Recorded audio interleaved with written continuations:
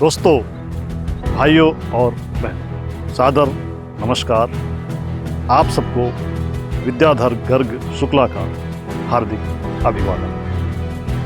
आशा करता हूँ कि आपने छत्तीसगढ़ राज्य के मनेन्द्रगढ़ नामक शहर की धरती में मौजूद 28 करोड़ साल पुराने अद्भुत प्राणियों से संबंधित पहला वीडियो देख लिया हो और अब आपके मन में इन जीवों से बहुत जल्द मिलने की उत्सुकता जागृत हुई।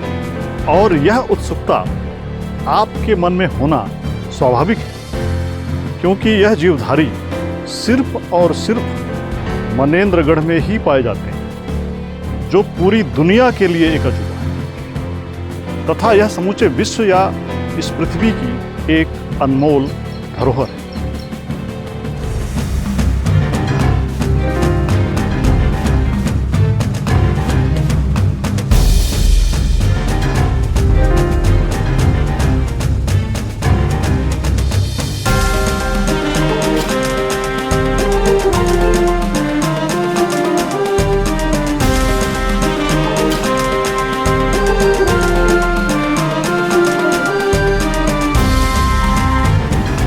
मनेन्द्रगढ़ की धरती में 28 करोड़ साल पहले के विशाल पुरातन महासागर में रहने का प्रमाण देने वाले इन जीवों से मिलने से पहले मैं आपको बता दूं कि हमारा यह प्लेनेट अर्थात यह ग्रह, हमारा ग्रह जिसे हम पृथ्वी या अंग्रेजी में अर्थ कहते हैं, 4.5 अरब अर्थात कुल 450 करोड़ साल पुराना है।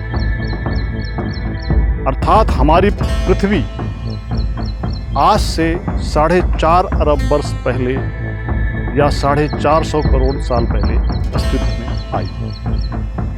लेकिन शुरू के 1 अरब या 100 करोड़ वर्ष तक पृथ्वी का वातावरण ऐसा नहीं था कि कोई भी जीवधारी यहाँ पैदा हो सके या रह सके। धीरे धीरे जब पृथ्वी के वातावरण में परिवर्तन हुआ तो यहाँ पर जीवन की शुरुआत लगभग 350 करोड़ अर्थात 3.5 अरब वर्ष पहले जल में अर्थात समुद्र में हुई। सबसे पहले समुद्र में एक कोशीय सूक्ष्म जीव पैदा हुए। इसके बाद धीरे धीरे जटिल बहुकोशीय जीवों की उत्पत्ति हुई। अब आप समझ गए होंगे कि धरती पर पहले जीवन का विकास मुख्य रूप से समुद्री वातावरण में हुआ। समुद्र में सबसे पहले सूक्ष्म जीव पैदा हुए जो कि एक कोशिकीय थे। इन जीवों ने ऊर्जा प्राप्त करने के लिए प्रकाश संश्लेषण की प्रक्रिया का उपयोग किया, जिससे वे सूर्य की ऊर्जा का प्रयोग करके ऑक्सीजन का उत्पादन करने लगे। इससे धीरे धीरे पृथ्वी के वातावरण में ऑक्सीजन का स्तर बढ़ा तथा शनैः शनैः अन्य जीव उत्पन्न हो गए।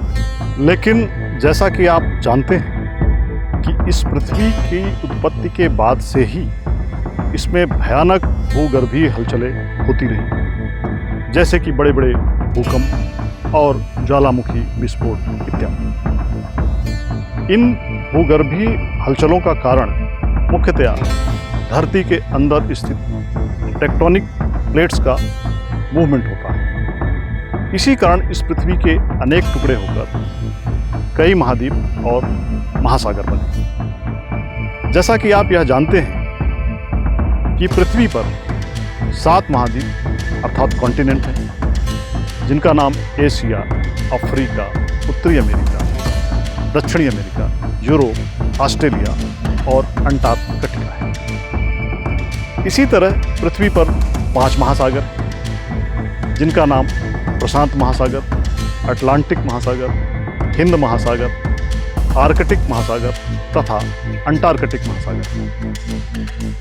लेकिन शुरू में आज से लगभग 200 करोड़ साल पहले तक पृथ्वी में एक ही महाद्वीप अर्थात सुपर कॉन्टिनेंट, जिसका नाम था रोडिनी। और एक ही महासागर या सुपर ओशन था जिसका नाम था पंठेरास। आगे चलकर भूगर्भीय हलचलों के कारण रोडिनिया के दो टुकड़े हुए, लेकिन ये दो टुकड़े एक बार फिर से एक हुए और दोबारा जो सुपर कॉन्टिनेंट बना उसका नाम पंजेया था। लगता है यह कहानी आपको बोर कर रही होगी, लेकिन मनेंद्रगढ़ में मौजूद 28 करोड़ साल पुराने जीवधारियों के विषय में जानने और उनसे मिलने से पहले इस पृथ्वी का इतिहास जानना जरूरी है। तो कृपया धैर्य रखिए, मैं जल्द ही पॉइंट पर आ रहा हूं और 28 करोड़ साल पुराने जीवधारियों से मिलने की आपकी इच्छा शीघ्र ही पूरी होने वाली है।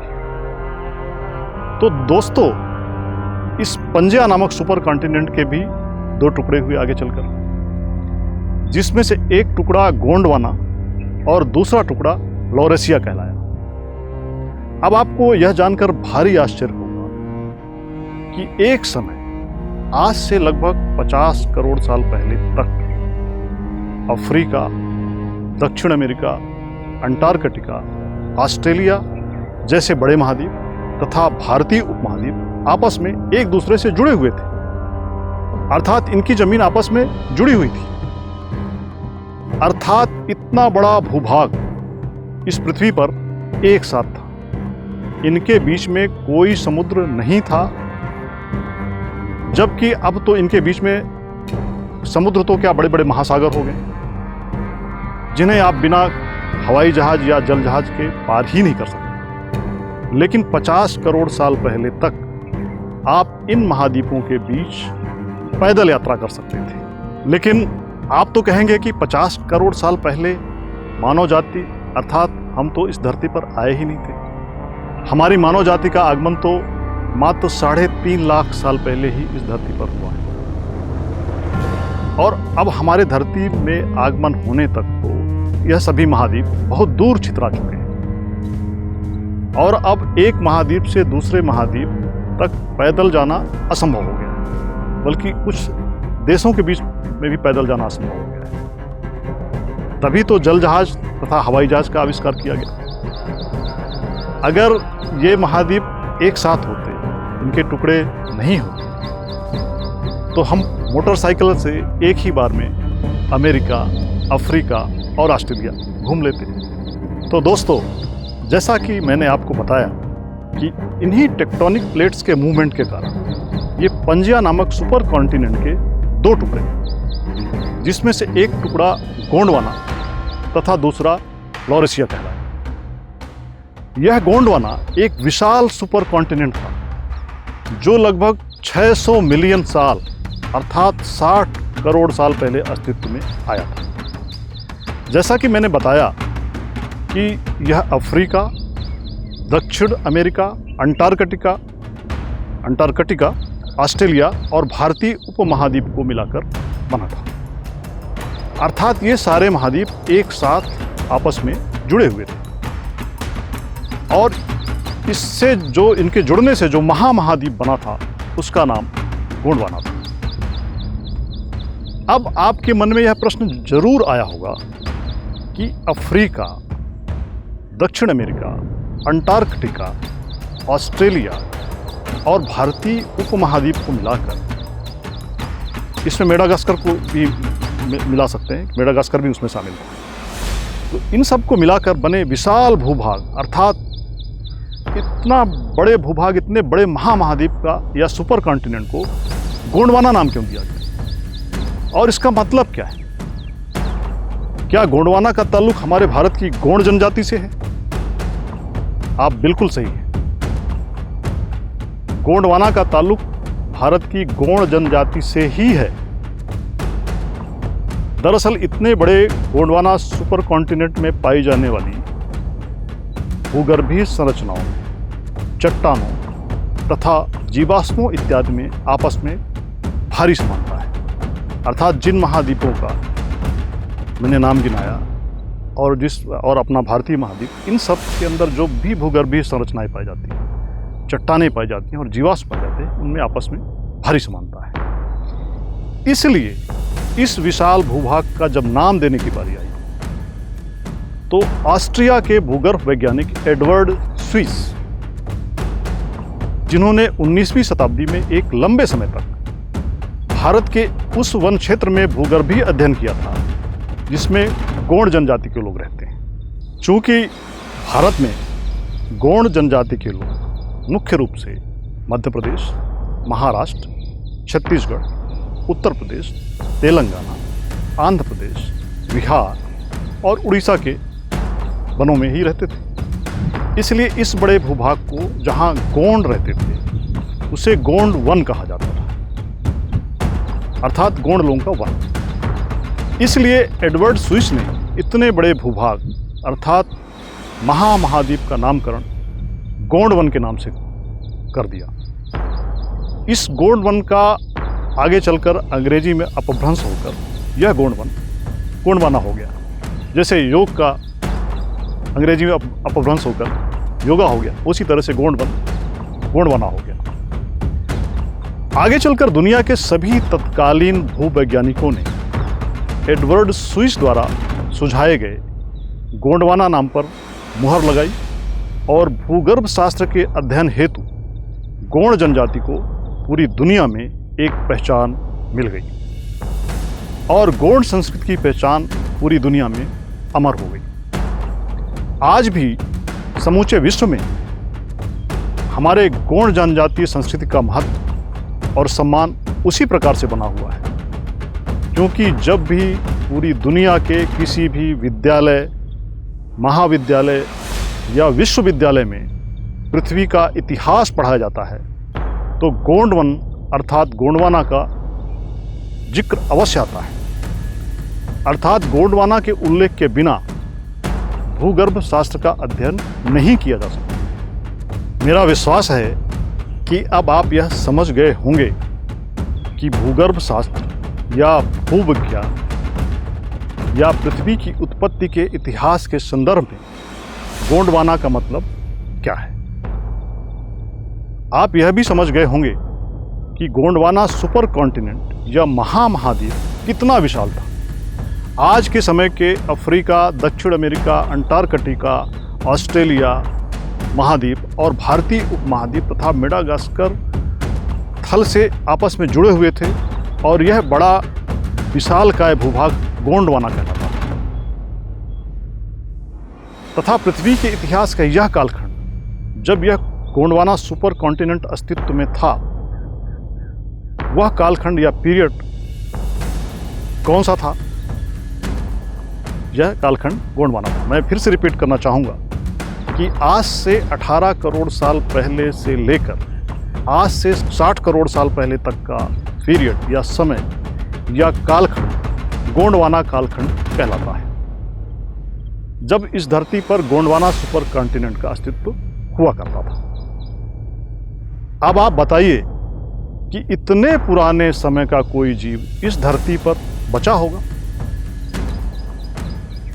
क्योंकि इस पृथ्वी की उत्पत्ति से लेकर अभी तक 5 महाप्रलय आ चुके हैं, जिसमें से हर महाप्रलय में पृथ्वी के लगभग सारे या 75% से भी अधिक जीव जंतु समाप्त हो जाते थे। हम सौभाग्यशाली हैं कि पिछले 6.5 करोड़ साल से अभी तक इस पृथ्वी पर कोई महाप्रलय नहीं आया। हालांकि वैज्ञानिकों का मानना है कि 6वां महाप्रलय का समय अब नज़दीक आ रहा है, लेकिन यह बताकर मैं आपको डराना नहीं चाहता। तो दोस्तों, धरती की उत्पत्ति से लेकर अभी तक आए 5 महाप्रलयों के बाद भी जिन प्राणियों का अस्तित्व बचा हुआ है वो तो हमारे बीच में है, लेकिन कुछ जीवों का अस्तित्व बचा ही नहीं, लेकिन उनकी निशानी या अवशेष बचा है, जिन्हें हम जीवाश्म के नाम से जानते हैं। आमतौर पर इस धरती के हर जीव जंतु, पेड़ पौधे इत्यादि की मृत्यु के बाद उसके शरीर का सारा अवशेष कुछ समय में अपने आप नष्ट होकर प्रकृति में विलीन हो जाता है। लेकिन यदि किसी जीवधारी का अवशेष 10,000 साल से अधिक समय तक बचा रहता है तो उसे जीवाश्म या अंग्रेजी में फॉसिल कहते हैं। जब जीवाश्म का जिक्र होता है तो डायनासोर की तस्वीर तुरंत हमारे दिमाग में उभरती है। डायनासोर इस धरती में लगभग 23 करोड़ साल पहले उत्पन्न हुए थे और लगभग 6.5 करोड़ साल पहले जब आखिरी महाप्रलय हुआ था तब सब गायब हो गए। अब उन डायनासोरों के अवशेष जब कहीं हमें दिखाई दे जाते हैं तो हम इतने पुराने जीव के विषय में जानकर आज भी दांतों तले उंगली दबा लेते हैं। अब आप जरा ठहरिए, यदि आपको इन डायनासोरों से पहले के किसी जीव का अवशेष, निशानी या चिन्ह या प्रमाण मिल जाए तो आप क्या करेंगे? हैरानी से बस देखते रह जाएंगे। दोस्तों, मनेंद्रगढ़ एक ऐसी जगह है जहां पर डायनासोरों से भी पुराने अर्थात डायनासोरों से भी पहले के प्राणियों के अवशेष पाए जाते हैं, जिन्हें मैरीन गोंडवाना फॉसिल्स के नाम से जाना जाता है। मैरीन गोंडवाना फॉसिल्स का मतलब है गोंडवाना जमाने के अद्भुत समुद्री प्राणियों का अवशेष या जीवाश्म। ये जीवाश्म मनेंद्रगढ़ की हसदेव और हसिया नदी के संगम से लेकर इस रेलवे पुल तक पाए जाते हैं। लगभग 1 किलोमीटर की दूरी तक पाए जाते हैं। यह मनेंद्रगढ़ में पाया जाने वाला जीवाश्म जो मैरीन गोंडवाना फॉसिल अर्थात गोंडवाना काल के समुद्री जीवों का अवशेष है, यह अवशेष हमें 28 करोड़ पीछे के समय की सैर कराता है। यह अवशेष 28 करोड़ साल पुराना है, अर्थात उन प्राणियों का अवशेष है जो 28 करोड़ साल पहले इस पृथ्वी में रहते थे। आइए इन्हें मैं आपको नजदीक से दिखाता हूँ। यह जीवाश्म जो कि विश्व की एक अनमोल धरोहर है, जो इस पृथ्वी की उत्पत्ति के इतिहास का साक्षी है, जो इस पृथ्वी का इतिहास समझाने के लिए हमें एक अंतर्दृष्टि प्रदान करते हैं, इसके संरक्षण का प्रयास शासन द्वारा किया जा रहा है। इसके लिए इस क्षेत्र को मरीन गोंडवाना फॉसिल पार्क के रूप में विकसित कर इसे नेशनल जियोलॉजिकल मॉन्यूमेंट या राष्ट्रीय भूवैज्ञानिक स्मारक घोषित किया गया है। Geological survey of India GSI द्वारा इसे जियो हेरिटेज साइट अर्थात भू विरासत स्थल के रूप में भी मान्यता दी गई है। इस मैरीन गोंडवाना फॉसिल पार्क को एक पर्यटन क्षेत्र के रूप में विकसित करने के लिए यहाँ पर एक इंटरप्रिटेशन सेंटर भी बनाया जा रहा है। लेकिन विश्व की इस अनमोल धरोहर को जो पहचान मिलनी चाहिए वह अभी भी नहीं मिल पाई। इसे इसकी असली पहचान तभी मिल पाएगी जब इसे संयुक्त राष्ट्र संघ की संस्था यूनेस्को द्वारा एक विश्व धरोहर स्थल घोषित किया जाए। तभी पृथ्वी के इतिहास को देखने और समझने का यह झरोखा पूरी दुनिया के सामने खुल पाएगा। दोस्तों, क्या आपकी भी इच्छा है कि इस अनमोल धरोहर को यूनेस्को द्वारा एक विश्व धरोहर स्थल घोषित किया जाए? यदि हाँ, तो वीडियो में अपना कमेंट अवश्य लिखें। तो अगले वीडियो में देखते हैं कि 28 करोड़ साल पुराने इन जीवों के अवशेष स्थल को संयुक्त राष्ट्र संघ की संस्था यूनेस्को द्वारा एक विश्व विरासत स्थल किस प्रकार से घोषित किया जा सकता है। तब तक के लिए नमस्कार, जय जोहार, जय छत्तीसगढ़, जय हिंद।